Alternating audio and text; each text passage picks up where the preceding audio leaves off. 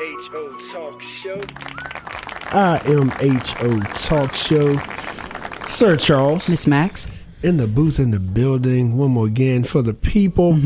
And you know how to reach us. Online anywhere. Hit that IMHO Talk Show so we can keep edutaining you. And Miss Max, I'm so excited right now because we have another. Because we about to hit another home run. We have another power hitter in the stew with us this time. Yeah. And this is somebody that if any of our listening audience has not heard of or is not familiar with her great work, this is your opportunity. So tell a friend, and if anybody missed it, you're going to want to share this interview with them afterwards. Trust me. That's right. Because once again, in our backyard, we have another legend in our own right. None other than the assistant professor at UVA's Department of Music. None other than JoVia Armstrong. Dr. JoVia Armstrong, how are you today? I'm doing great. Welcome to the show. Thank you so much. Yes, indeed. And you mind if I call you JoVia? That's fine. Okay, is that cool? That's better. All right, we can get personal? All right. So, looking through your biography, I don't know how I can do it justice. Like you perform with, worldwide with so many world-renowned artists. But at the core, besides being a professor of music, a percussionist, sound artist, composer, and educator, originally from Detroit, Michigan. Right. So, you know what? Like, let's break the ice by talking about who's your most memorable celebrity that you performed with. Let's break the ice with that one. Yeah, okay. That's an easy one. I would say El DeBarge. You know what? I was hoping you would say that. Yeah, you. I was hoping because I'm a big DeBarge fan. Okay, me too. Yeah. He. I think I saw Grace with him, which has been my word of the year. When I worked with him, I was unfortunately, I hate to put it this way, but I was working with a band where half the band was in a pocket and the other half had not done their homework. And I feel you. And so El DeBarge came in to Chicago the day of the show, and the idea was to rehearse with him before the show, right before sound check. And of course, he gets there and the band is not ready, and he was just very kind to the gentlemen who didn't have their stuff together, and he would pretty much he would sit at the piano and just play a line for him and say, okay, the part goes like this. He'll play it on the piano. He said, you got that, fellas? They'll say, yeah. He said, well, I'm going to give you a couple of minutes to work on it. He would walk off stage, talk with his manager, get a cup of hot water is what he was drinking for his voice, and he would come back to the stage and say, okay, y'all got that, and then we would run it. And he did that several times. I mean, we wasted so much time working on these songs because, again, the band didn't have it together. But I loved how kind he was throughout that process. It makes a difference. Because I have worked with artists who, were just super, super mean, very unkind.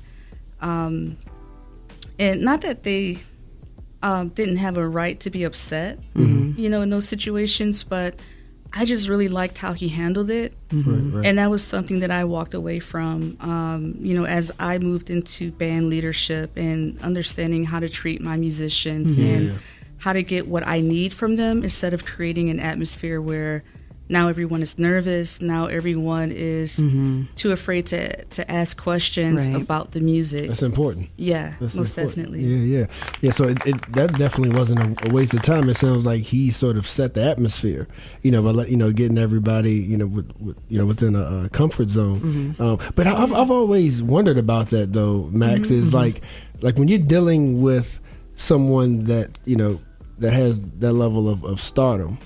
Right, like there's certain levels of stress that come with the territory, and I can imagine that sometimes it's not meant to be personal, but it's like there's a lot of pressure, So I'm sure there's like a balance you got to find, right? Most definitely, you got to have that balance. I had that situation last year at my CD release party.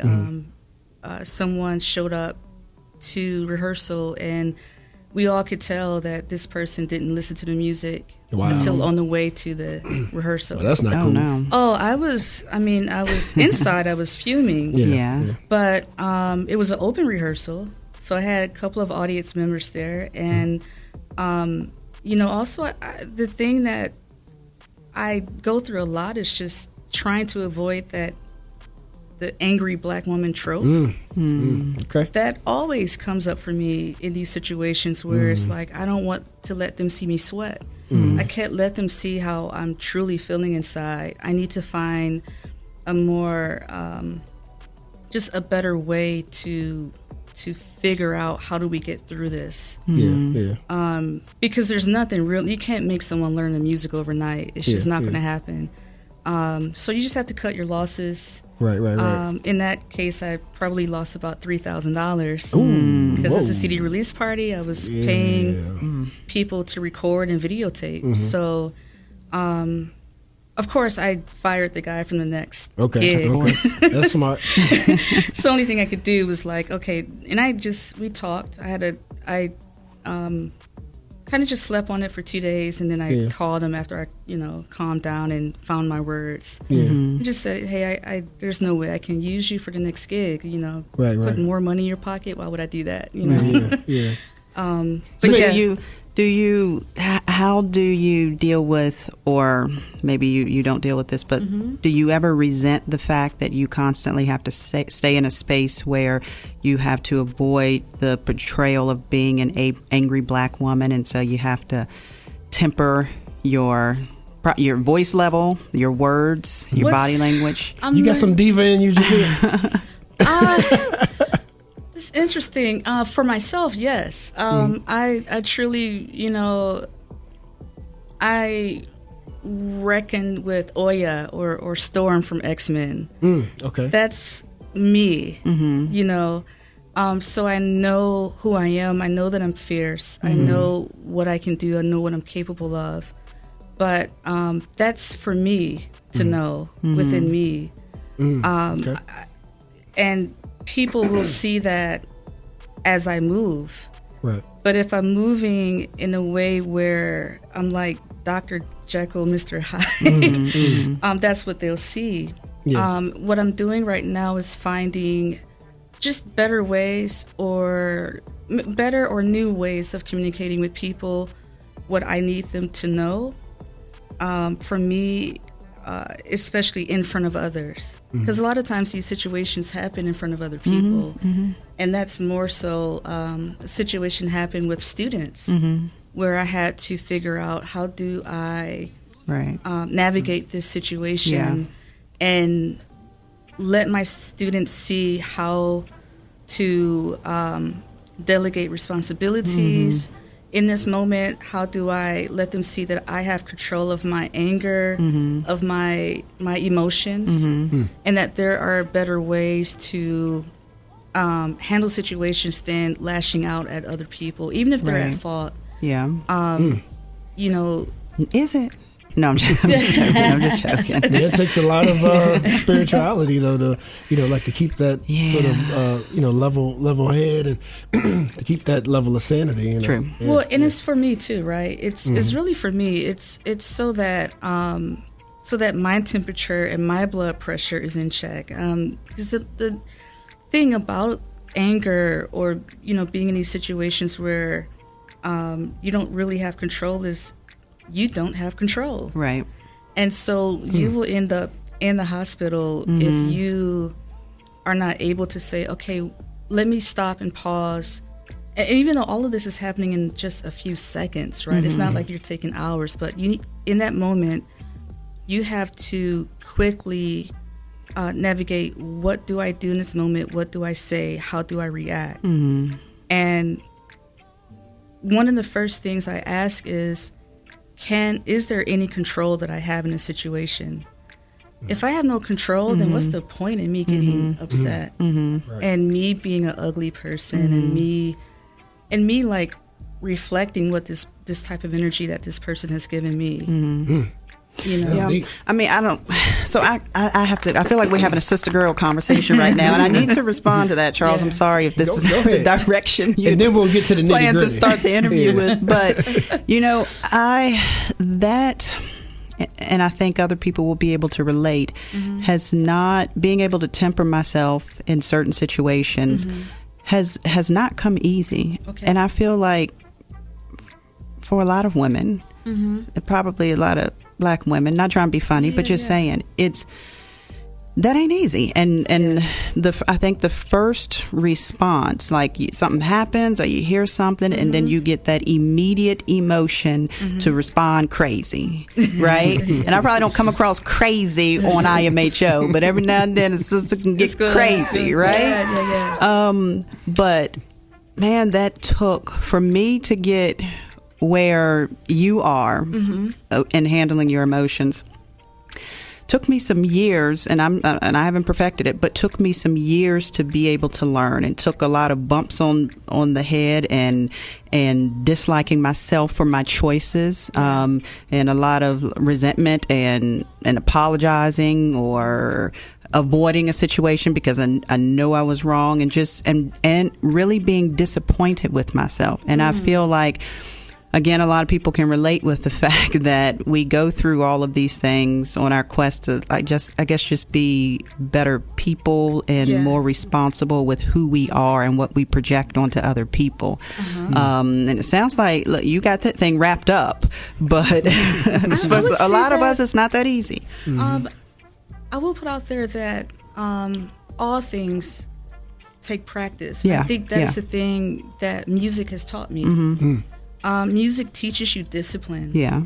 And that's why it's really amazing that music and art in general is the first thing that is taken out of schools, right? When we talk about having some type of budget crisis.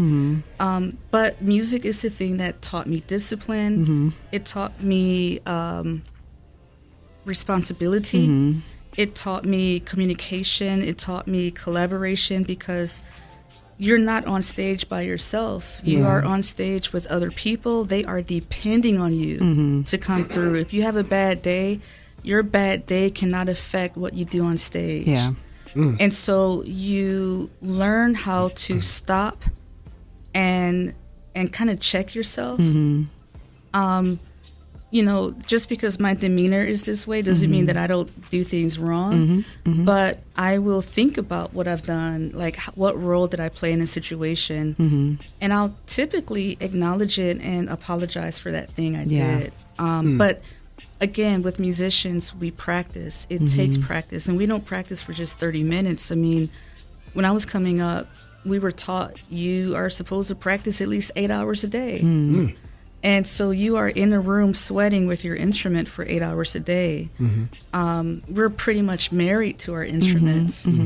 And but it's really about practice. It's about knowing what you can control. It's practicing how to communicate you're able to talk to people and kind of get, and this is not, it sounds like manipulation, it's not, but there's a way to talk to people and get them to kind of abide and to just kind of do what you need them to do.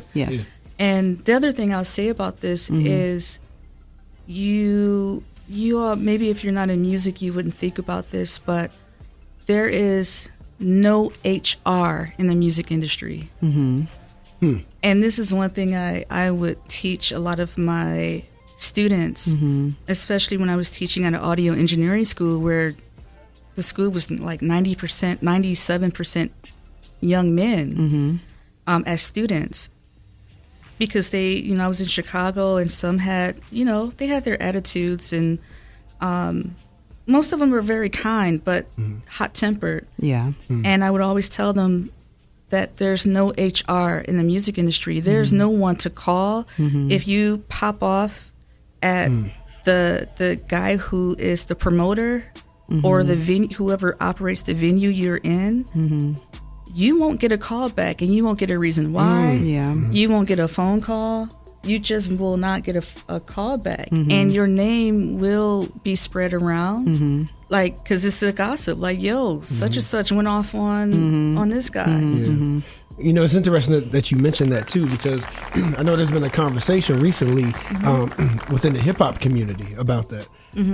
About having like a hip hop union of sorts, because for the fact that we see so many of these young men, generally, young people, right? But generally folks who come from poverty, they get all this money, fortune, and fame thrown at them, right? But there's nobody there to help them manage it. Like a lot of them don't know the importance of insurance. Like the simple things that having a 9-to-5 kind of equips you with. Yeah. And so, regardless of the genre, but I know that conversation has been happening in the hip hop community about like how can we help, like our young people, that's entering this space and field, and as you say, they have no HR to turn to.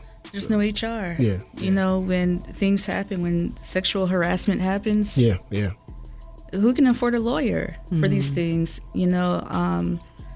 We see P. Diddy now and the situation he's in, right? It's a prime example of people not running for help, because who do you run to, right? That's a song, right? Yeah, it is a song. You gonna sing some of that for us?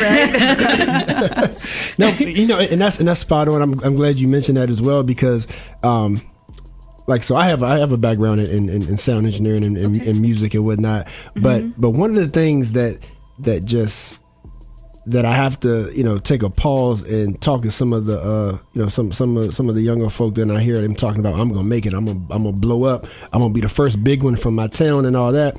The one point of caution that I give them is I just say, hey, you just do your best, but you stay true to yourself. Right, and of course that conversation goes deeper than that.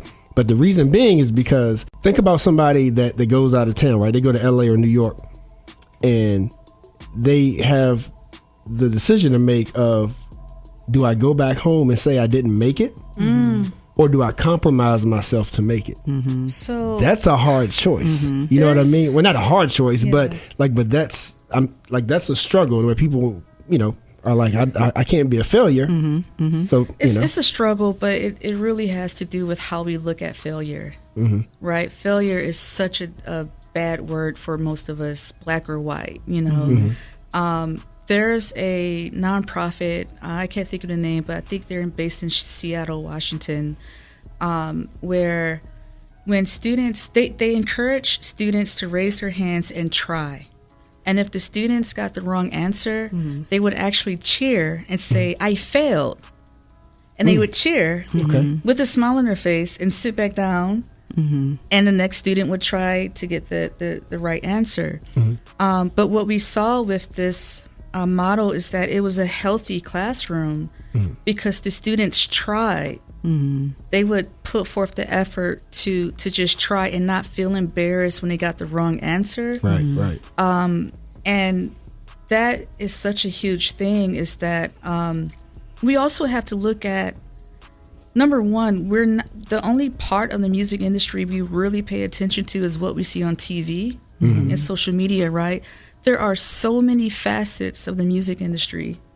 For instance, I'm not so much, although I've played with El DeBarge and these other commercial artists, my actual music and where I'm mostly known in the jazz world is on the experimental side of things, right? Where you have some of us just kind of what you might call making noise. But a lot of us on that end of the industry, we get fellowships, we get grants, we get residencies. So we are, while we're making money performing, we're also going to a residency for 2 weeks and getting $2,000 to be there and work on our music. Or we might get a grant. Years ago, I won the 3 Arts Award for my work as a teaching artist. That was $15,000, no strings attached, right? And so that's pretty much like you kind of you're juggling all of these different hats. You're writing for grants, you're doing gigs.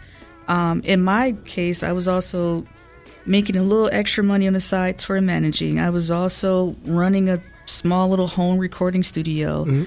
I was renting I had a loft in Chicago, so I was renting that spot out for rehearsals. I had a small music school. Yeah. You know, I was hustling. And it's important. we don't see, actually this coming week on Thursday, the 18th, I have Mike Ellison coming in to be a guest speaker for my course called Motown versus Everybody. Okay. Mike is a prime example of someone who's an artist, but he's also a social activist. His background is in marketing, and so Mike, when I talked to Mike, he said, I knew that I could make a living right here in Detroit as an artist. I know I don't have to, sell 1 million records. Right. You know, so it's almost like you think about what is it that I can do in this industry to make a living. Yeah. And that's really what we should be focused on, is making a living. I mean, why is it that the accountant down the street can make a living? Yeah. Right, but in the music industry, you're supposed to sell millions of records. Right. Yeah. How many of us are going to do that? Yeah, to your point, there's so many facets to the to the industry where you can be making money. You're absolutely right. A lot of times, the artist is the one that's making the least in a lot of situations, but the the producer or or the publisher, whatever the case, are the ones. So that's I guess that's part of the education. Is that the reason why you want to get into the education side of music? It's a huge reason why. I'm going to tell you a short story. I was interning so my degree is in music business. I was interning at JoVia, which is a distributor for Warner Brothers, Elektra, and Atlantic Records. One day, Borders Books and Music emails us and they say, would you guys be interested in doing a talk on jazz? And I said, my bosses, of course, they were like, yeah, we'll do it, right? So, well, it'll be 5 talks in 5 different borders. I'm like, cool. My boss comes to me, he invites me into the meeting. It's just the 3 of us, my direct boss and his boss. And he says, well, what are we going to talk about? And I'm, a young kid. I'm like, we're going to talk about jazz, And he says, but what are we going to talk about? And, for me, I'm like, at that time, I could just talk about jazz for hours. And he said, no, but what are we going to talk about? I said, well, we're going to talk about jazz. And he says to me, he's angry. He said, I know we're going to talk about jazz, but I don't know anything about music. I'm just a salesman. And it was just like this foot just kicked me in the head because I realized, wow, this guy is the head of this region. And he just told me he knows nothing about music. He just does sales. Yeah. So at that point, I said, well, if I'm going to do this, I'm just going to be an independent artist because I don't want folks like this in charge and in control of my work. You know? Yeah, but that's the business, right? It is the business, right? And so, but they don't tell you, just like a lot of mom and dads will tell you, like if you're going to get a degree in music, oh, well, that's nice, but what are you going to do with that? Well, there's nobody teaching young people what to do with it. No one's showing them how do you make money, make a living, creating music. Yeah. And you can do that, again, if you focus on making a living. If you're focused on having all the cars, and I mean, you could do that too if you want, if you're Ryan Leslie, right? Yeah. You could figure out a way to do those things, but we add this pressure on ourselves when we look at making $1 million, dollars, or selling 1 million records, and then you start looking at failure. Yeah, exactly. Right, which can really go into some, you may be needing therapy. Absolutely. Another thing that I just wanted to note when you referenced teaching kids the ability to take a risk and fail and their response to it. That I don't think that society looks at that enough in terms of these things that we don't think we necessarily have to teach our kids because they know by default, or we feel like we've set a good enough example, or they're in certain spaces so they don't think about certain things. But in the world we live in today, we really do have to get down to basics like teaching a kid that it's okay to take the risk, miss the mark, and keep trying. And I can attest to that because I have young ones. My youngest are 7 and 9. Mm-hmm. And there are times when I will have to help them to understand or process a fear or a problem or whatever that I wouldn't have even thought they'd be thinking about. That's right. Why is this even a thing? You're not exposed to it. You don't see it. We're not talking about it. What is this? So, I mean, I just want to bring further awareness to that for all the parents that are listening or people that just, got some little ones that they love, is that you do have to take the time to be intentional about teaching them certain things and not take that for granted. Most definitely. Yep. Yeah. I think there's opportunities within that to teach them critical thinking as well. Yeah. Letting them make decisions and understand that the decision is only a decision for right now. Mm-hmm. There's going to be more decisions to make after that. If you choose to make a right down this path, once you get down that path, there's going to be more decisions to make, right? Sure. And it's okay. You can make those decisions, and you can decide, I'm going to make a U-turn and go right back. Let me go over here, and also just the idea of starting over. Yeah. Corporations but at least try. Do this. You have to try. Yeah. And corporations do that all the time. We see, I think the Gap is creating a new logo right now for themselves. Why? I don't know. But they have a reason for doing it. Yeah. And, for those of us where their right now logo is etched in our brains, it's going to change, and we'll get used to it. You're rebranding for another generation, I guess. Yeah. And it's okay. Yeah. So, family, we are joined by none other than Assistant Professor of Music at University of Virginia, Dr. JoVia Armstrong, and she is well decorated.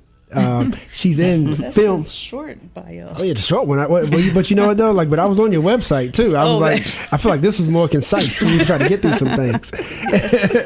and film scores, award winning, all of that good stuff.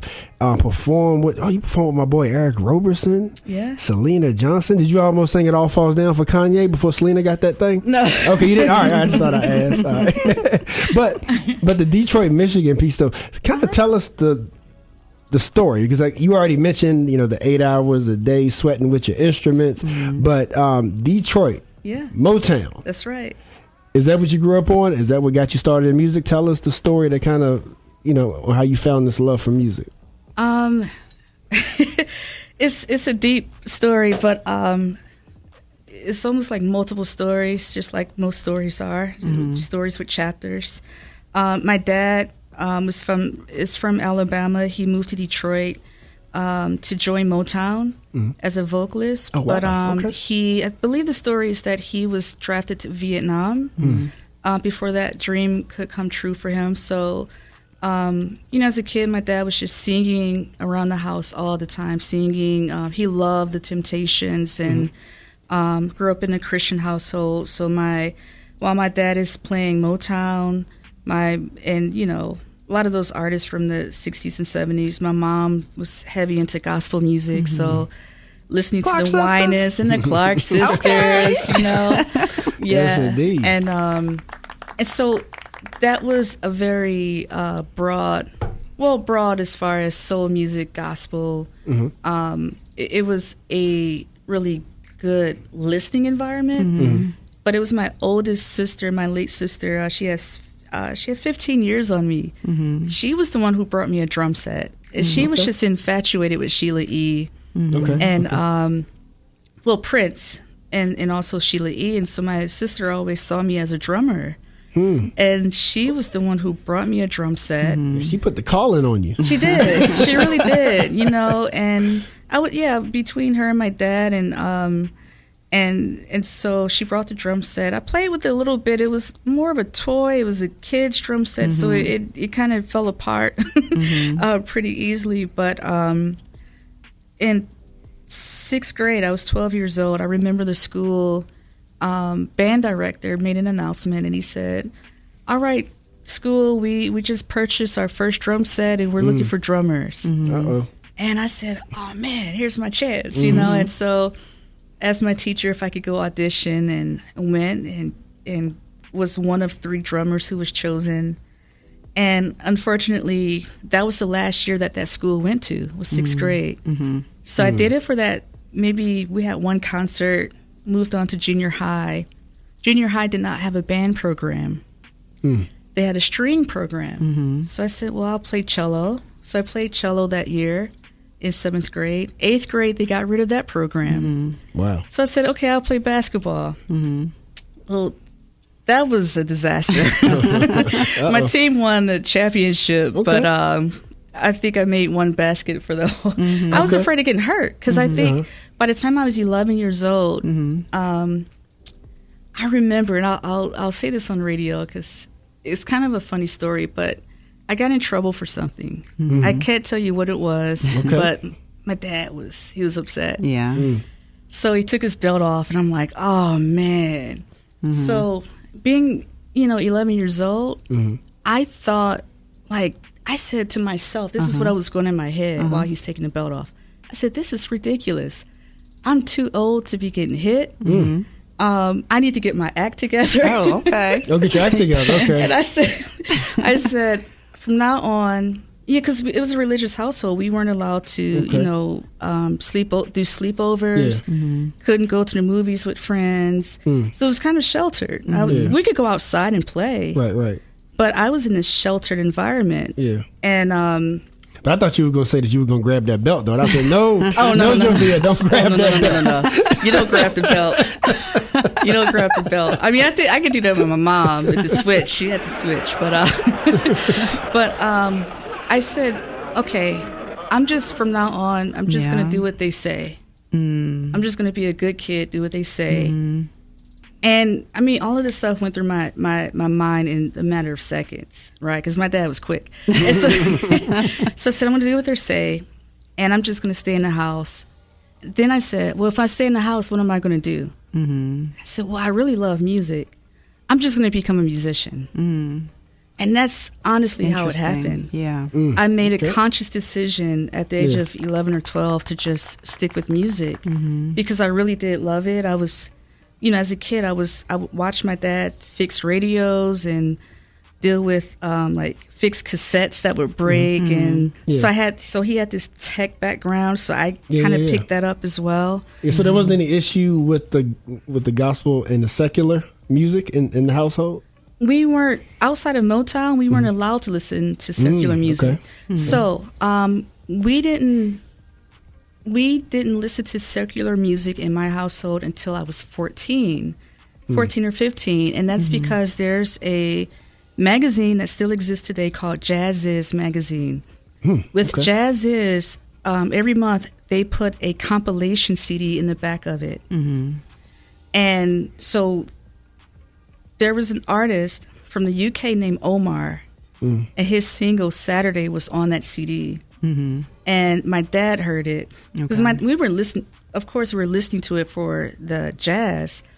Omar wasn't jazz, but somehow he ended up on this compilation. And then the next thing you know, my mom overhears Tony's anniversary on the radio. Okay, so she falls in love with that. Yeah. So now the household is you're starting. Making exceptions.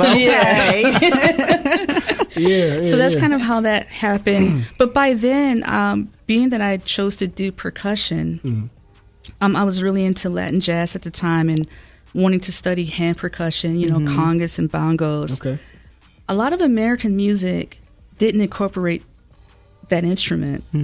So I found myself listening to a lot of music from outside of the United States. And so I think that's why I was telling you when you first contacted me that, well, my thing, it seems like it's hip hop, but it's not. I always say that's Professor Carson's thing, My thing was listening to Afro-Cuban music, growing up, Afro-Cuban, Brazilian, music from Guinea and Ghana and Senegal and Mali. Listening to music from Spain, because all of those genres of music incorporated hand percussion. That's right. Yeah, so that's kind of how it started. How did your love for those genres of music impact your work? That's a good question. I always think that it's better going that route because with Afro-Cuban music and Brazilian music and all these other styles, you learn technique. Okay. So you learn not just, to hit the drum and make a sound, but to learn all the different ways you hit the drum.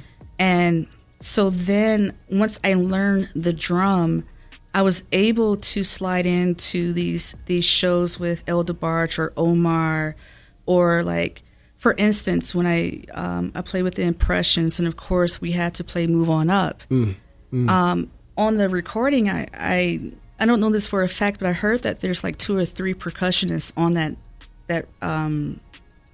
track, on that record. Okay. And so because of my technique, I was able to, do my best to cover all those parts. And so if the U.S., even today, you don't hear a lot of hand percussion in music that's made today. So how do I study American music as a percussionist if it doesn't incorporate percussion? So I had to study that stuff and incorporate it into American music and not vice versa. Yeah. Do you feel like that you made it? And I say that because it kind of ties into like you're well decorated and like well accomplished. But like, what was that moment, if you feel that you even had it, like to where you was like, wow, like I'm here, I'm on this stage? Nah, never. Was there never was a moment? There was never like an awestruck moment? Not even now. Okay. Yeah, okay. I'm always striving for more because music is so big. There's so much I haven't done yet. Okay. And I say yet, and it was just this week where I kind of settled on like, okay, maybe those things will never happen. And not to take the conversation down this road, but I dealt with a lot of, what we would call a glass ceiling, but for me it was like sexual harassment. And it was kind of like, all right, I meet this one person that I need to meet to get me to this next level, but that person, will throw throw something out there, some type of fish hook, and it's just like, okay, do I want it that bad? Yeah, right. Exactly. Nah, and so that's why. Yeah, that's what you got to teach. That's what you got to teach the young people in these classes too. Yeah, you got to be careful. Yeah, what you ask for, right? Yeah, because those things are out there again. P. Diddy. He's just one example, right? Just one. He's just one. And I've never been in a room with him, thank God. But it's all of these other situations. Like there's different levels to making it, right? You play with El DeBarge and it's like, oh my God, I play with El DeBarge. It's great, right? Yeah. Now my students have never heard of him before. Right. Yeah, which is but still for me, it's just like, that was awesome. You got to play with Sexy Red, and then everybody know. Then everybody know, right? If only she would produce some percussion in her music, right? But that's a great point to sort of transition is because like when it comes to the representation in popular music, I'm curious on your take on like when you look at when you made that sort of, I guess, change over from gospel to secular, and I guess you still do both, right? Like you've performed both in your adult career. As an adult, I said yes to everything. Okay. Yeah, for sure. Gospel, rock, wedding bands. I've done all the gigs. Okay, I've diversified. Yeah, you have to study.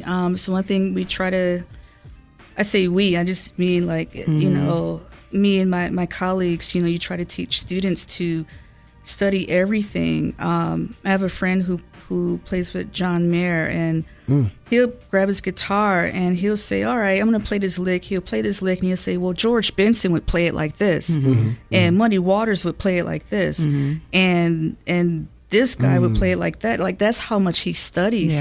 You just don't study the instrument, but you study the people who play these instruments. I like Muddy Waters. You know, Yeah, so yeah. so it's, you know, it's almost the same as thinking like, okay, well, you have these abolitionists, you have, Martin Luther King, you've got Marcus Garvey, you have Malcolm X, and Booker T. Washington, and you can look at their philosophies, but the idea is like, how do you get into their heads? Yeah, Right. I like that. Yeah. You know, and that's pretty much what musicians do. Yeah. So you've done a lot of work, and you've spoken loudly for Black women's representation, particularly in jazz. So I'm curious on like whether it's in your class or just your personal perspective, like when it comes to representation of, and you can even take it from the Black women's standpoint, or you can just take it from maybe the sanctity of music, right? You know, because being someone who's so well learned, you know, like when you look at the representation of Black women and just of Black people in general, like how important is that? In other words, to simplify it, are you one who separates the entertainment from the content, you know, of saying hey, it's just entertainment, or are you one who believes that the art of music is a reflection? It's definitely a reflection. You know, I'm teaching this Motown course, and of course we just talked about Marvin Gaye last week, and so we, the students had a chance to see his greatness and to kind of see the demons he carried with him. It's important. We can look at Miles Davis in that same light, or even R. Kelly, right? There's so many artists who, have gone through a lot of stuff in their childhoods, and it comes through the music, of course. And this is one reason why some artists are able to really take hold of an audience member, because there's relation there a lot of times. Like, man, this artist is saying exactly how I feel. Like sometimes we don't know how to express how we feel, but an artist does. They know how to put it into words, right? And just as a Black woman in the industry, number one, when I was growing up, and I had made that decision to become a musician, being that I was in this Christian household, like family was really important, and so I often thought, like, how do I have a family, while being a musician? Because in society, men are, you're allowed you're allowed the travel, traveling for work, where women, that's kind of a weird thing for a woman to travel for work. And how do you do that with kids, And I didn't have a role model. I didn't see any women who were musicians who had children. And therefore, I didn't know how to do that, And it wasn't until I was older where I met women who had families, and I said, oh, some of them just waited. Some of them had children early, and after their kids were grown, they decided, all right, now I can go and do my thing. But it's not a very common thing. Yeah. And so that's one thing I would say is just it is very important for women to be seen, and for Black women to be seen doing this type of work. And when it comes to, like when you talk about representation and, just Black women in this industry as artists, I don't speak on it on a public level a lot. There's an artist, a drummer. I don't know. Well, of course, you remember the Arsenio Hall show. There was a drummer on his show, Terry Lynn Carrington. Remember, it was a young Black girl who was on drum set. Okay, vaguely. Yeah, vaguely, right? She's ahead of a program at Berkeley, in Boston, Berkeley School of Music. Oh, wow.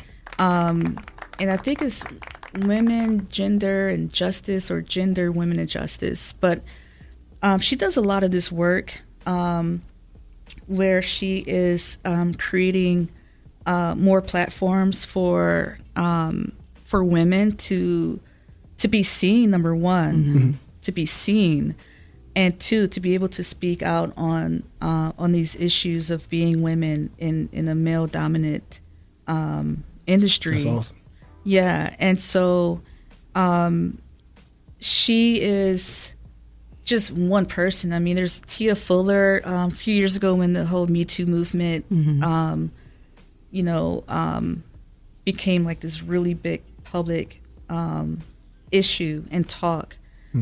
Tia Fuller is another artist. She's a saxophonist who, if you saw the movie Soul, the animation Soul, Yeah.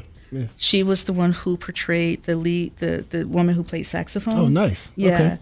And so Tia Fuller, she talked a lot about the sexual harassment that happened, and I think she did it without calling out particular names. But a lot of the people that we look up to, a lot of the men that we listen to now, have said things in interviews where women, young girls, have written letters, and that really sparked the Me Too movement in the jazz industry. Oh, wow. Okay. The jazz industry has been kind of doing this work for a while. It seems like now we're starting to see it in hip hop and other genres, but the jazz industry has been really interesting. These topics, these things are the things that we do talk about in classes sometimes. Or when I did a talk a year ago during Black History Month, I did a talk on Black women in jazz. And I kind of brought this up where it's like you'll see a lot of us will just call each other for shows. Yeah. We'll call each other, and it's not done on purpose. You just call the people you feel safe with. That makes sense. Right? You call people you feel safe with, and you turn around and it's like, oh, it's mostly women. And I wouldn't say that that it's been most men. It's not that way at all. It only takes a few. It only takes a few for you to not want to go, to not show up, or to not answer the phone. Again, I think you call the people that you're comfortable with. I think you call, and you'll hear a lot of musicians talk about the hang. Like, you call people to do the gig that you can hang with, the cool hang, right? Okay. Obviously it's because you want to talk a certain way. Yeah. You want to do things after the gig that maybe, this guy over here may not be into, or he might call you out. So you call people who are like-minded, who you can hang with. I have heard stories from people in certain circles who say, we were in a green room and all the fellas were talking about how women can't play. And it's like, oh, that's interesting, and they would actually say names, and it's like, okay. And you don't take it to heart, because, at this day, in this day and age, I guess it'd be still hard not to take it to heart, Well, it's a competitive industry too, though, Yeah, but I'm sure it's a lot of trash talk. It's a lot of trash talk. I take it as in, let me go to the woodshed. Let me go and do what I'm supposed to do, which is let me practice and let me book my own shows. And if you do that, you don't have to worry about those people calling you. And it took me a long time to recognize that because all I ever wanted to do was just be a backing musician. I always wanted to just be a freelancer. I chose percussion for one, because you usually sit in the back of the stage, you're not up front and center. But when you become a composer and band leader, you have no choice but to be at the front of the stage. Unless you produce a project like Kool and the Gang, right? Yeah. Where the leader of the group is in the back, right? And so for me, it took me a long time to I feel like God has always been trying to push me to the front of the stage, and I'm just like, nah, that's not where I want to be. But then, like, going back to the question you asked about making it, it's like, well, I can't make it if I'm just the freelancer. That's not where I'm going to thrive anymore. It's been great, but because like you said, there's levels of making it. There's levels of making it, and I kept running into this kind of like glass ceiling, and it's like, okay, I can't get past this because of these reasons. Where are the other opportunities? How do I go around? How do I break the glass? or how do I get into a room where there's no glass? You know, and for you think me, that exists? Most definitely, Okay. most definitely. For me, it's just going back to something. You know, my dad he's a visionary, and he would tell me when I was 16 years old, "You're going to be a professor," and I was like, "Man, whatever," you know. And here I'm a professor, but he also told me that my gift was as a composer, and I just never saw my gift as a composer because for me growing up, I only saw white men as composers. Right. You know, that was it. I was like, well, I don't understand music theory. Like, I didn't do well in music theory. I didn't do well in ear training and sightseeing, singing. So the people I saw succeeding in that area were white men, and I'm not a white man. So I just figured, well, okay, well, that's not in my future. And so I kind of settled on just doing the freelance thing, and it was great because you know, they say like some of your best chefs in the kitchen mop the floors, right? Right. And so I did the wedding gigs and all the gigs that you don't want to do, and now I'm at a point where it's just like, okay, now I can write music, and I know the game now, so now I don't have to depend on these groups of people to call me anymore. I can make my own gig. There you go. There you go. Yeah. Yeah, people speaking all kinds of blessings on your life. Hey, I receive them all too. There you go. And you know what she made me think of? Max made me think of our friend Antoine, Chef Antoine Brinson. Yeah. Like, so I don't know if you know of Antoine Brinson, but he owns a culinary school here locally. Oh, wow. And so that's one of the things that he says about that space, which is a parallel to what you said about the music space, is that he's like, the best chefs are the ones who understand the entirety of the restaurant, right? Yes. You know, it's like you said, sometimes you start with the mopping the floors, but from point A to Z, if you understand how all the parts work, like that makes you even more powerful, you know, within the culinary field. So I see that parallel there. Yeah, and it makes you also respect the musicians you hire, like I was saying earlier, because if you're a chef, you understand what it's like to be at this level, mopping the floor or doing X, Y, and Z. You know what those jobs are like, so you know what those folks are going through. Yep, exactly. You know, exactly. So, ladies and gentlemen, we are joined by none other than Dr. JoVia Armstrong. And JoVia, we do have to bring it to a close, but hopefully you will be back with us, though. But I did want to ask, and I know Max has a parting question as well, but. You know, mine may be a good closer, Max, so I'll let you go ahead. Okay. Yeah. All right. No. So thinking about jazz and separating the vocals from the instrumental part of the music, what would you say, it's maybe a difficult question to answer, but what would you say jazz is telling us in this era? Yep, go ahead. Yeah. To me, what story is it jazz telling? represents liberation, like all the way. With jazz, hip hop comes from jazz.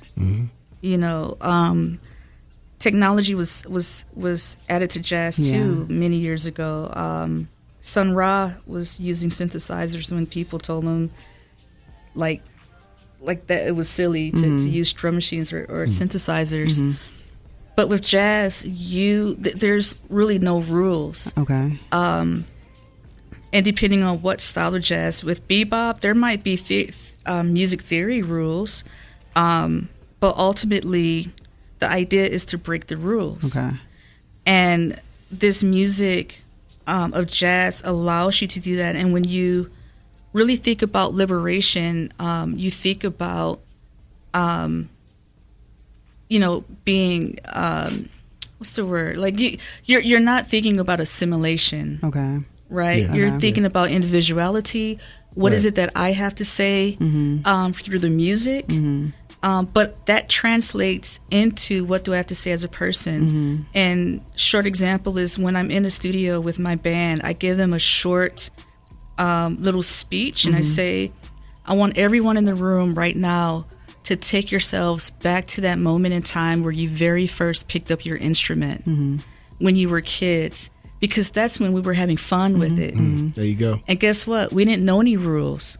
all we knew was this is a saxophone, this is a drum, these are drumsticks, and we're just going to hit stuff. Yeah. We're just going to blow through the horn, right? Nobody was worried about, oh, you played the wrong note for that scale. Because we didn't know the scales. Who cared, right? And so I asked everyone to go back to that place in time when they were free within music. I also tell them there's no such things as mistakes. When my violinist, sometimes she hits the microphone with her bow. I don't tell the engineer to take that out when we edit and mix the music. He might do it because it's going to be nerve-wracking for him, just being a trained engineer. But for me, there's no such things as mistakes. And if I truly believe that philosophy, I mean, this is what Herbie Hancock and Wayne Shorter and many jazz musicians have preached for a long time. If I truly believe that, then I should be able to hit record and not change a thing. That's deep. And so it's really allowing me, when I drop my sticks, that might be saying to my audience, JoVia might be clumsy. Maybe she's just clumsy. And it's up to me to accept that and say, yo, that's who I am. That's who you are. I'm a clumsy person. I drop my sticks during a recording session. Who does that? Ha, ha, ha. Right? And so it's that liberation. Gotcha. Being able to think about these things. In the commercial world, your whole purpose is to sell records. You are not making mistakes. You're going to sing the song the way that sing the song the way that the producer told you to. You're going to cooperate, or we'll just replace you. And right. that is stressful. Yeah. And it's not liberating. Yeah, that's the opposite. Yeah. The opposite of jazz. It's the opposite. It's right. Yeah. So the last thing I have for you is going forward, the goals. Like when it comes to, professing and teaching to these young people, and even your goals as a musician. Like what's next? Like what's that lasting impact that you're focused on right now? Well, right now, so I discovered today I had students who had never heard of Stevie Wonder. And so at first it shocked me, but then I thought, he put out his last record, I want to say in 2005. So don't give him no excuses. Hey, I have Stevie, to, man. the goat, the real goat. He's the goat. He is the goat. But I also have to look at the fact that they have just in the last 20 years history that they need to learn. That's true. That's true. Right? And I can expect for them to learn all of the history that, within their lifetime and my lifetime and in my parents' lifetime. Right. There's a lot of music that they need to know. And so one of the things moving forward I want to do is just develop more courses to teach them about these producers like Quincy Jones and Stevie Wonder, the jazz musicians like Herbie Hancock, looking at why are a lot of these jazz musicians are Buddhist, and just kind of digging into a lot of these artists in Black music history. And also I try my best to meet students where they are. A lot of them are graduating and don't quite know what they want to do or how to do it. And so in the fall, I have a course for independent artists. It's called Strategies for the Independent Artist. That's awesome. And it's a music business course for them so that they feel confident about graduating with this music degree. I have another course called The Woodshed, which is practice methods for them to learn how to practice and get into the habit of practicing and because it's actually fun to accomplish things. And then personal career wise, I'm moving more into the composer's realm. I'm hoping that I can do more film scores. Okay. That's really where my heart is kind of calling to doing more films. A lot of my music is based on narratives anyway, and I'll make up a story to write about. And so a lot of my music has some type of story behind it, and that's the comment I get from a lot of people is that the music sounds like it's going someplace. Okay. And so I feel like film scores is my next step. I've done some independent short films and just want to do more of that type of work. Awesome. Yeah. I love a good concept album.